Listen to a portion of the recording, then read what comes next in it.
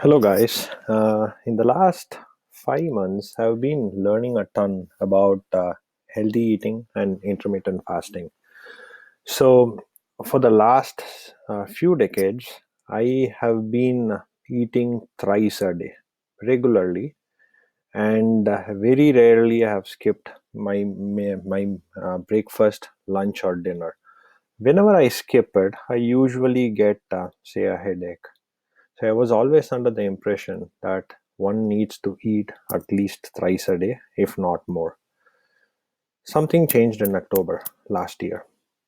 So what happened was, for some reason, I was feeling tired and I did not feel like eating. So I ended up not eating for 24 hours, which is one full day. To my surprise, what happened was I felt a lot refreshed, and that was my first disconfirming evidence about fasting. And then I started reading a lot since last October, and I started reaching out to few of my friends who have been experimenting with or doing healthy eating for a long time, and they have been fasting as well. And I've been learning a ton, and I have been tinkering and experimenting healthy eating and fasting for the last 2 months. So what I thought was, okay, let me share whatever I've learned so far with you all. With that, let's get started. Okay, so I'm sure all of you know who Nassim Taleb is. Nassim Taleb is a trader, he's a philosopher. More than anything, he's a guy who has the guts to call a spade a spade. So he is one of my role model. And what Taleb says in his excellent book, Anti-Fragile, is um, avoid eating food that did not exist in our ancestral habitat. What it means is we should avoid eating sugars and carbohydrates in unnatural form. Then there's another role model of mine, Mr. Warren Buffett, who drinks 5 Coke a day, and he enjoys drinking Coke, which has a lot of sugar in it. Now, when you have two of your role models saying two different things, one is saying, you know what, you should avoid sugar, and the other person is drinking Coke. He's not saying you should drink Coke, but he's drinking Coke and he's enjoying it. How should I resolve the conflict? Should I avoid sugar, or should I drink Coke? Should I follow Talib, or should I follow Buffett? How should I resolve the conflict? Mental models are needed to resolve conflicts. Peter Kaufman, who is the CEO of Glen Eyre, he told that take the largest possible sample, which is our universe, which is 14 billion years old, and you can slice it into three pieces. The first piece, which is 10 billion years, you can explain it all using math and physics. And the next 4 billion years, which is the second biggest bucket, is made up of organic system, and it can be explained using biology. And the third bucket, which is very, very tiny, which is the last 20,000 years, you need to use human psychology and history. So what I'm going to do is I'm going to pick the second bucket, which is how we can understand organic systems to resolve the conflict that I have between Buffett and Taleb. Okay, so let's do a simple thought experiment. The thought experiment I'm going to do is I'm going to go back 100,000 years. What I'm going to do is I'm going to examine the eating patterns and habits of our ancestors, and I'm going to generate a few hypotheses using evolution as a mental model. Remember, I'm using the bucket 2, which is organic systems, and evolution is what I'm going to use to ask some questions, simple questions, and maybe generate some hypotheses.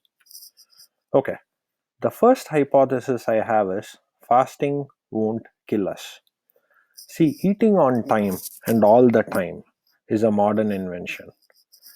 We have breakfast, we have lunch, we have snacking, and we have dinner. These all happened in the last 200 years.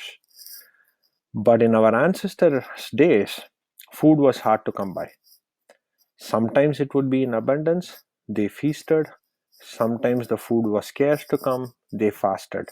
The point that we are all here, what it tells us is our ancestors survived in spite of at times the food was scarce. So the first hypothesis I have is fasting won't kill us. The second hypothesis is fasting puts our body on high alert. So let's assume, right, 100,000 years back, there was Tim and there was Peter, and they did not eat for 3 days. So let's take Tim gets tired because of not eating and he does not have the energy to go out and find food. On the other hand, Patrick is energetic and motivated and he has the strength to go and hunt and go and find the food. Who do you think has a higher chance of survival, Tim or Peter? Obviously, Peters of the world survived and passed on their genes to us.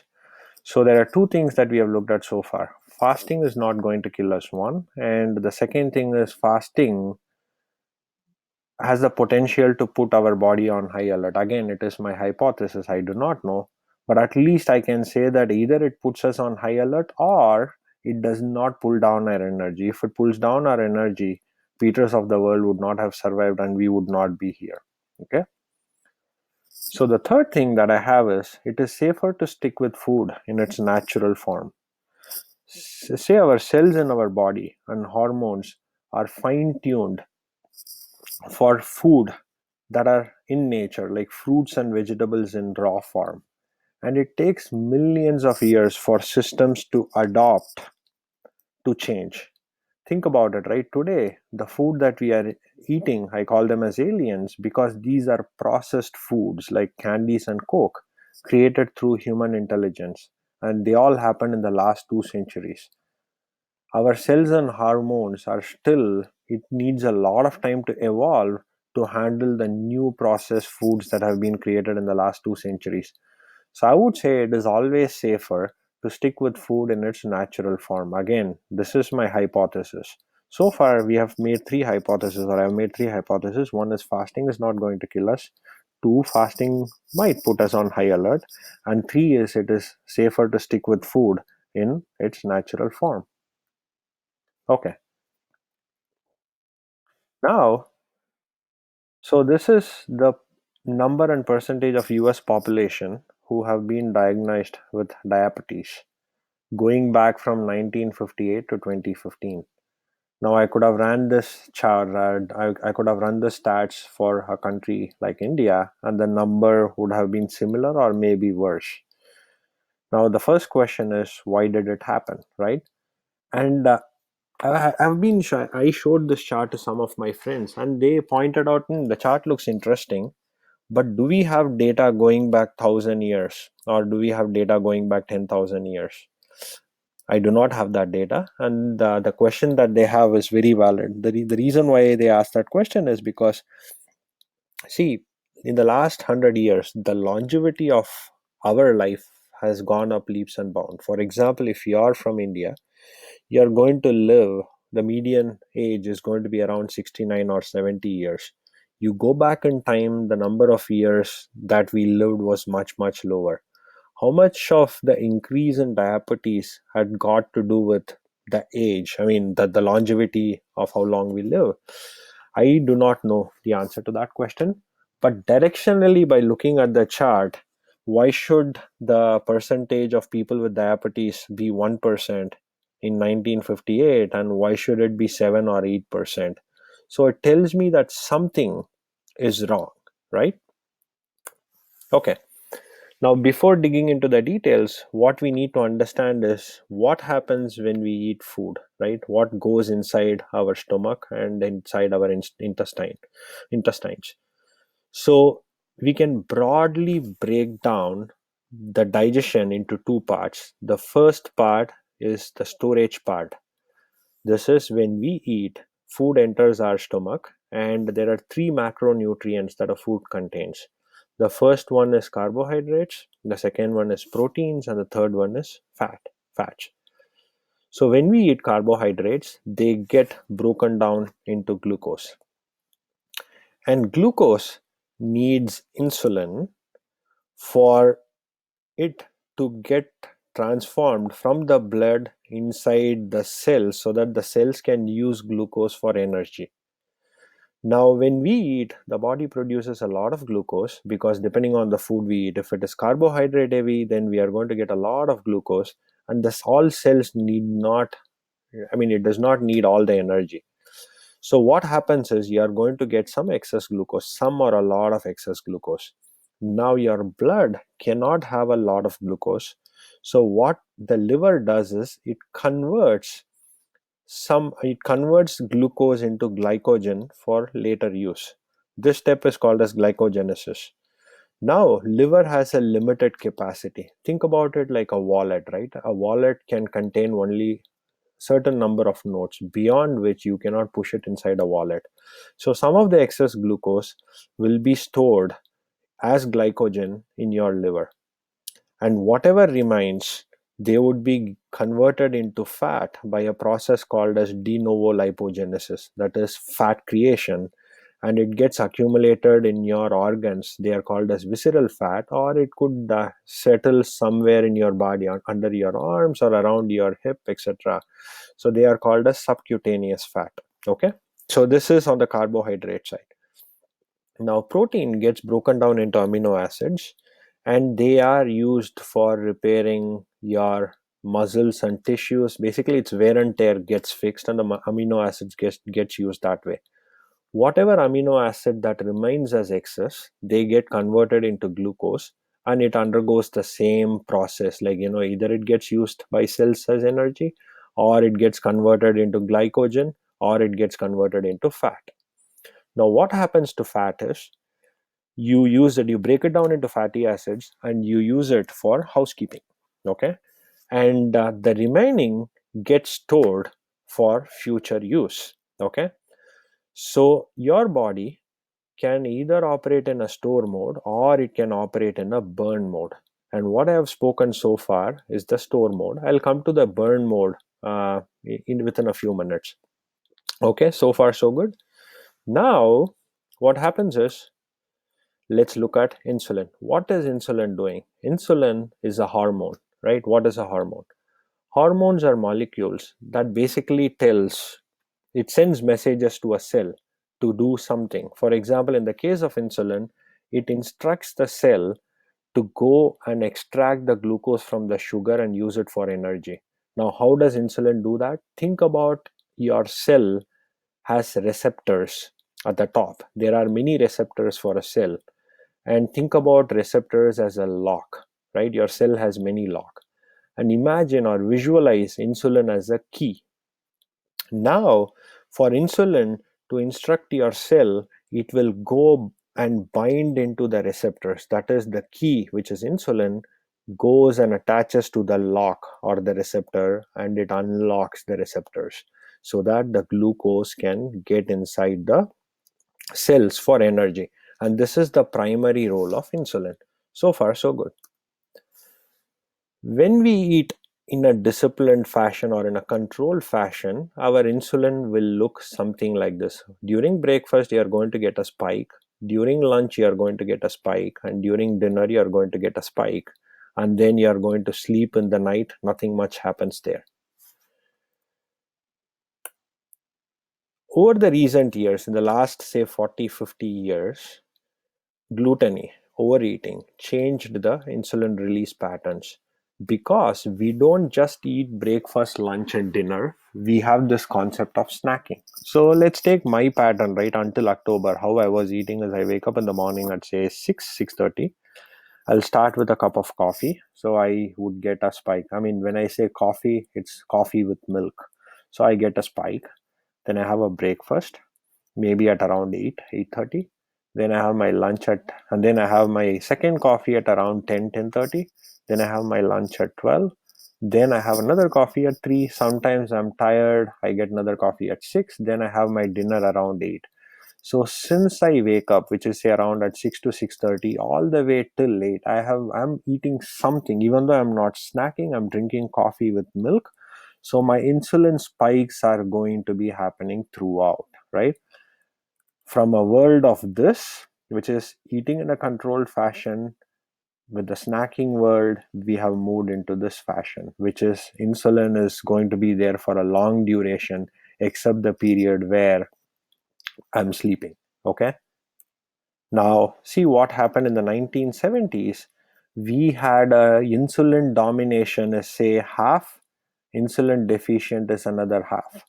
But in the 90s onwards, or at least my eating pattern is, insulin dominant period is going to be a lot more compared to insulin deficient period. Basically, the pattern got shifted because of the way in which we all have been eating, and in fact, the way in which I have been eating. Okay. Now you can ask me a question: what's the harm in releasing insulin more frequently and in large quantity? So what? Okay, insulin comes out, right? So what's the problem? Okay. In order to answer this question, we need to understand what is called as homeostasis. Okay. So think about our body. What happens when the body gets hot? When the body gets hot, we sweat. The body sweats automatically. We don't need to do anything. It just sweats automatically to cool it. Similarly, when our body gets cold, what do? We shiver. And why do we shiver? Because by shivering, body generates heat. So our human body is equipped with so many systems to make sure it operates in a tight range. It cannot swing to an extreme on both ends. It has to operate in a tight range. So it has several built-in balancing loops in place. And a system that operates in a tight range is called as homeostatic, right? I mean homeostatic. So this is every biological system you can think of would operate in this fashion. Okay. Now, what is the problem with secreting insulin continuously, and what is homeostasis have to do with that?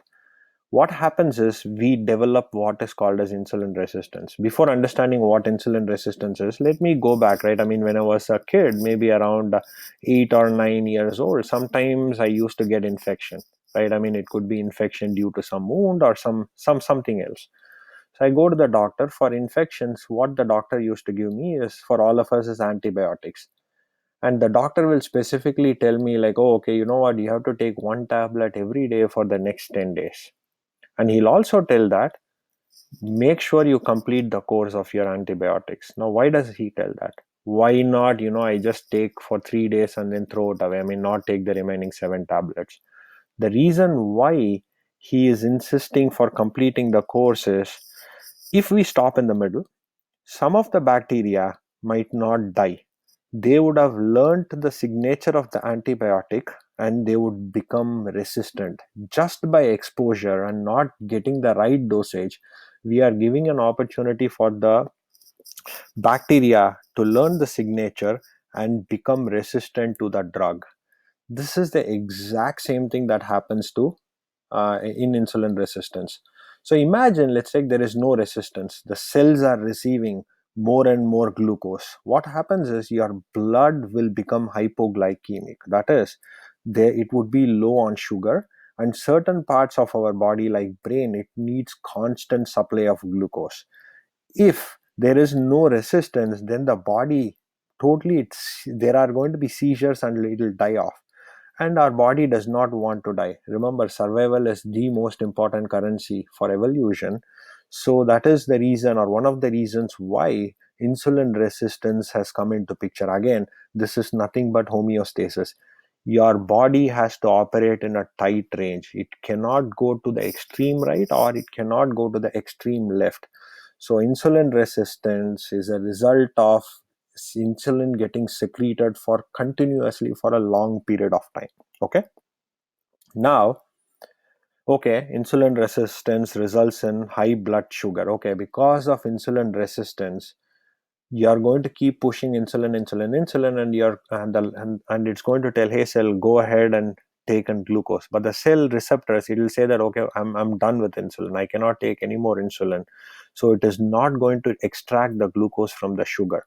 Now what happens is, your body, I mean your blood has a lot of sugar in it. Now you can ask, what's the harm in having high blood sugar? Okay, which is a fair question. And to me, it is detrimental. The reason why it is detrimental is because until recently, that is in our ancestors' times, our organs never dealt with high blood sugars, because when you eat food in natural form, I'll talk more about what kind of food to avoid. When you eat food in natural form, you and then when you food is hard to come by, you're not going to have high blood sugar, right? So the organs never developed, or it does not have the capability to handle a lot of sugar in the blood for a long period of time. So what happens is your organs rot away slowly, leading to nephropathy, neuropathy, retinopathy, and amputation. Nephropathy is like it's a disease of kidneys.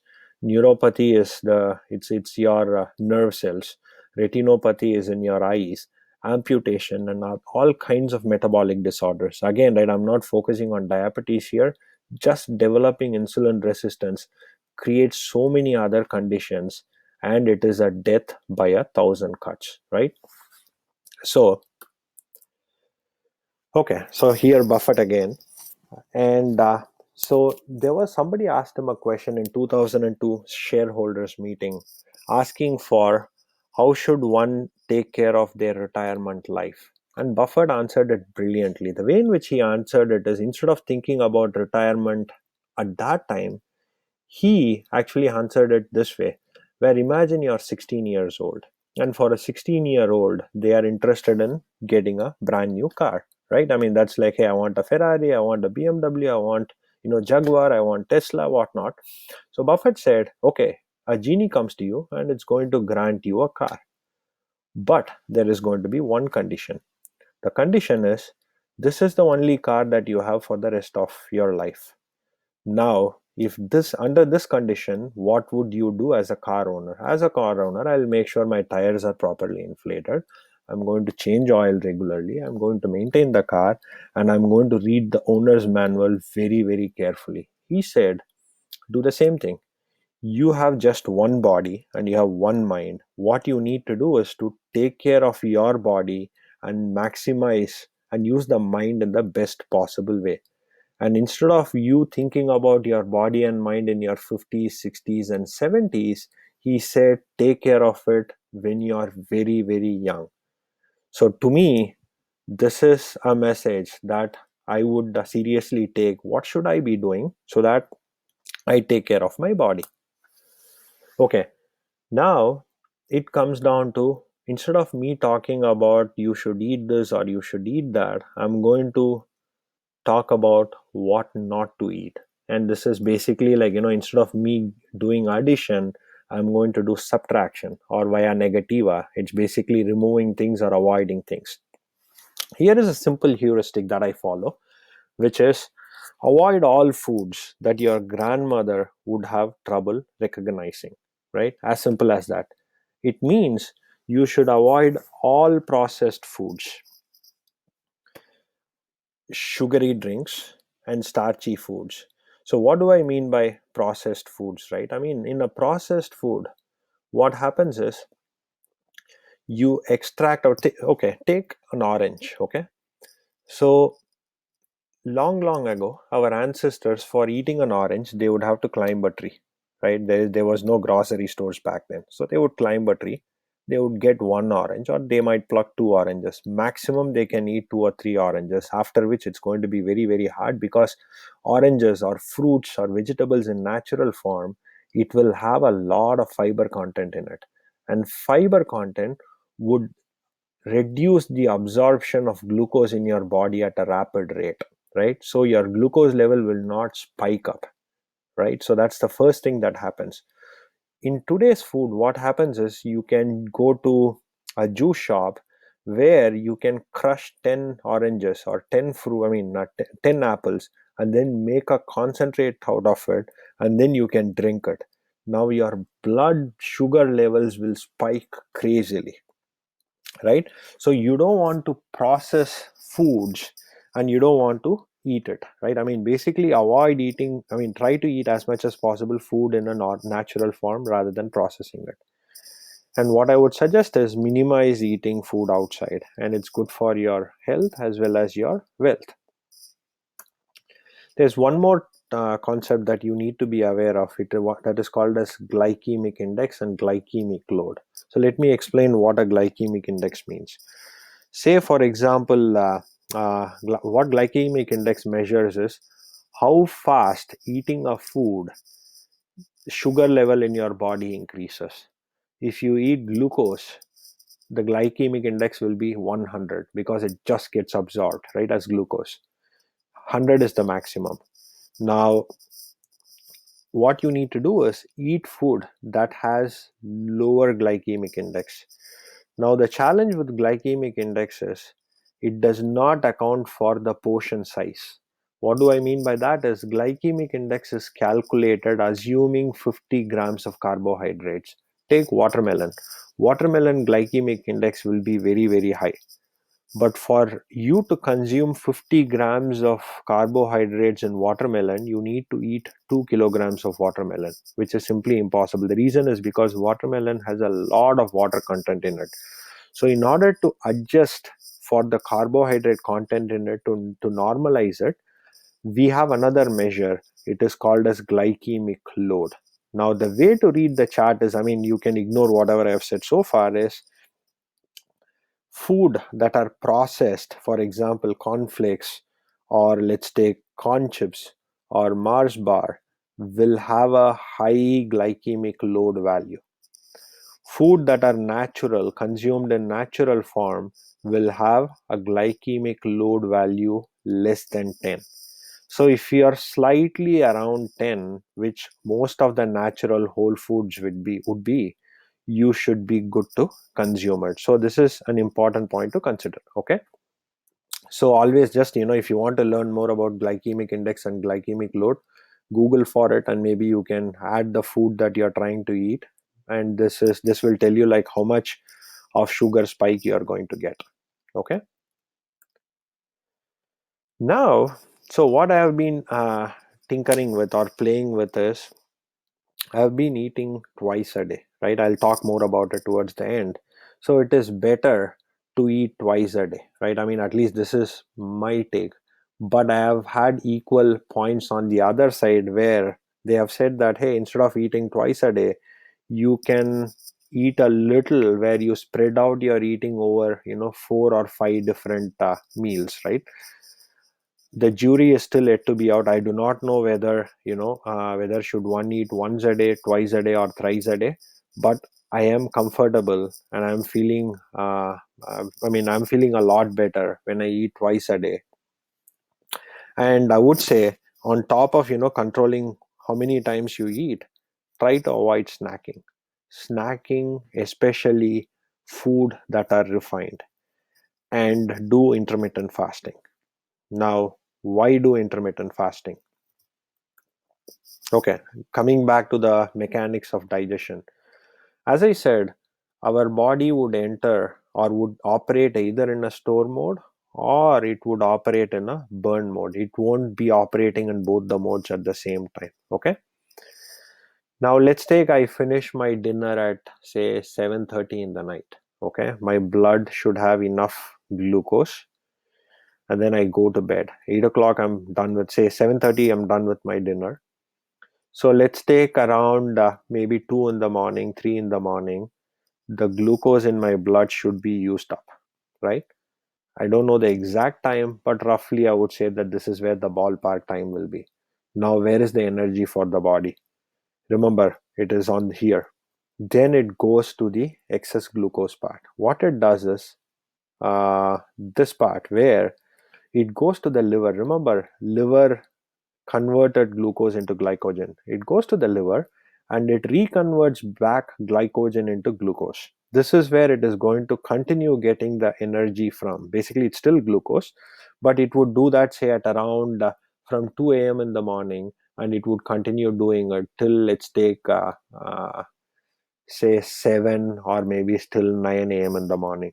But the supply of glycogen in the liver is limited. Remember the wallet analogy that I gave you.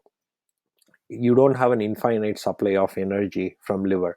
It's going to run out after some time. So what happens is, right, after the 14th hour or 15th hour or 16th hour of you not eating anything, the body has to go. Basically, you're already in the burn mode, right? I mean, see, you're done. So if you really, I mean, if you look at the annotation here, so I have annotated 1, 2, and 3 over here. The reason why I have annotated it, the body enters the burn mode. In the burn mode, it would first go to 1, which is the liver, where it goes and converts glycogen into glucose and it burns it for energy. Once it is done with that, it goes to the fat store, where fat gets converted into what is called as ketones. Okay. Now, your cell either can take glucose for energy or it can use ketones for energy. Now, what happens in a ketones mode is your body knows, oh my god, the supply on the glucose is all done. Now I'm going to be on the ketone mode, so it would start burning fat, and it would prepare your body to say that, okay, now I have to put you on high alert for you to go and hunt or go and climb a tree. This is the reason why the body developed two parallel sources of energy. One is your temporary store, which is the glucose and the energy that the cell uses. Then it goes to glycogen. Once you run out of it, it's going to start burning fat and it's going to start using ketones as an energy mode. Okay, that's the first important thing. There are some cells or some parts of the body that still needs glucose. For example, the retina in our eyes, it cannot function using ketones, or some cells in retina cannot function in ketones, so it would have to go and use glucose. But the body has a mechanism to convert fat into glucose, so it would still be using fat source and it would be converting it into glucose. And there are some portions in our brain or some cells in our brain, it cannot operate on ketones, but what it does is it would use glucose there. And the beauty is the body has worked out a beautiful mechanism of two parallel structures. One is a store of glucose, then it backs it up like a margin of safety. It has a store in liver, and then it has fat stores to go and burn. Now in the modern day eating, I mean, the example I gave you, I start my day at 6:30 with a coffee and eat continuously. I never allow the body to enter the burn state.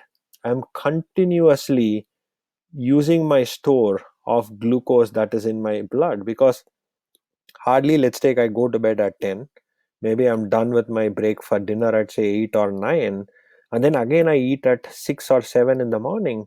So the body just gets maybe 8 to 10 hours of rest time. So it is mostly operating in store mode, a little bit on glycogen mode. And most of the times, if we keep eating continuously, we are not allowing the body to operate in this mode. And in this mode, you are giving an opportunity for the body to do a lot of cleansing and to put us into a high alert mode, so that it generates certain growth hormones. It puts us in high alert mode. Okay. So the next thing is, fasting has been a part of our Indian culture, right? I mean, for a long, long time. And people used to fast, not just for 16 hours or 24 hours. Sometimes they fast for a longer duration. And it could happen for 3 days or over 4 days, people have fasted. After a point, what happens, right? Around your fourth day or fifth day of fasting, your body gets into what is called as an autophagy state. In the autophagy state, the body starts eating or recycling the bad cells, or it is clearing it off. I'll give an example, right? Uh, so, so what? Okay, so the example goes this way. It's basically the survival of the fittest, where when you starve yourself of food, the body goes and attacks all the bad proteins and the bad cells that are there. It goes, recycles it. It enters into a cleansing phase, and that phase is called as autophagy. And people, I've known, and some of my friends, they do this 4 day fasting or 7 day fasting once a year or maybe twice a year, right? That's what they do. But during this phase, I haven't personally tried it, because maximum I have been doing a 1 day fast. I have not tried it, but I've read a lot about it, and I have spoken to a few of my friends. They have been doing this for quite some time. So, but the key thing to remember is if you are going for a fast beyond a day, make sure your body has enough salt. So what they do is, right, during the autophagy phase, they do what is called as vegetable broth. That is, they would put a lot of vegetables, heat it, and put salt and pepper, then just drink the water, the vegetable water, and throw the vegetables out. And they do it once, maybe sometime around the evening, or it could be sometime around the morning, so that your body has enough salt for it to function in a normal way. Autophagy is anti-fragile. That is, you're stressing the body enough, and you're letting the cells compete with each other, and you're allowing the weakest to be killed and the fittest to survive. It's a beautiful way to cleanse the body. Okay, so far so good. Now let's go back to my first question, which is, how come Buffett and Munger are living happy and healthy even though they are drinking Coke and eating peanut brittle? How would I answer this question? Okay, the way in which I'm going to answer is, first, I would highly encourage you all to think in base rates.